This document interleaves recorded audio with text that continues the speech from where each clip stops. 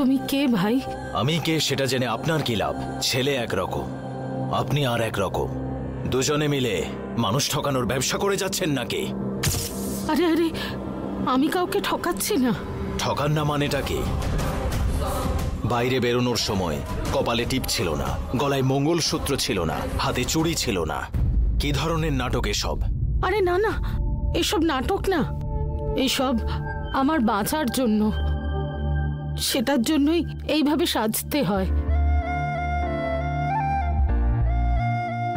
আমি একজন বিধবা, আমি ধূপ বিক্রি করি।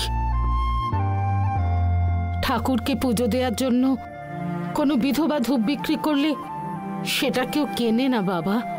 সেই জন্য এইভাবে সাজতে হয়। এইভাবে চুড়ি পরে সেজে গুজে বিক্রি করলে লোকেরা কেনে বাবা। এই সব কিছু আমার বেঁচে থাকার জন্যই করছি বাবা। ঠিক আছে মাসি, আপনি চলে যান।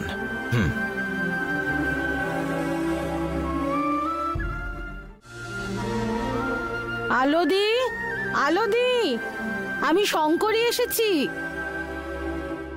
আসুন দিদি, আসুন। আপনার কথা মানে কথা, যে দিন বলেছেন, যে সময় বলেছেন, ঠিক চলে এসেছেন। আমি কাউকে কথা দিলে সেটা রাখি, আমি কথা মতনই চলি, আমি কথার দাম দিই। সেই জন্যই তো আমার কথা মানুষে বিশ্বাস করে। একদম ঠিক বলেছেন। আচ্ছা, সামনের মাস থেকে কিন্তু আমার ধূপকাঠি লাগবে। আপনি গত মাসে জুঁই ফুলের গন্ধের একটা ধূপকাঠি দিয়েছিলেন, ওটা খুব ভালো বিক্রি হয়েছিল জানেন।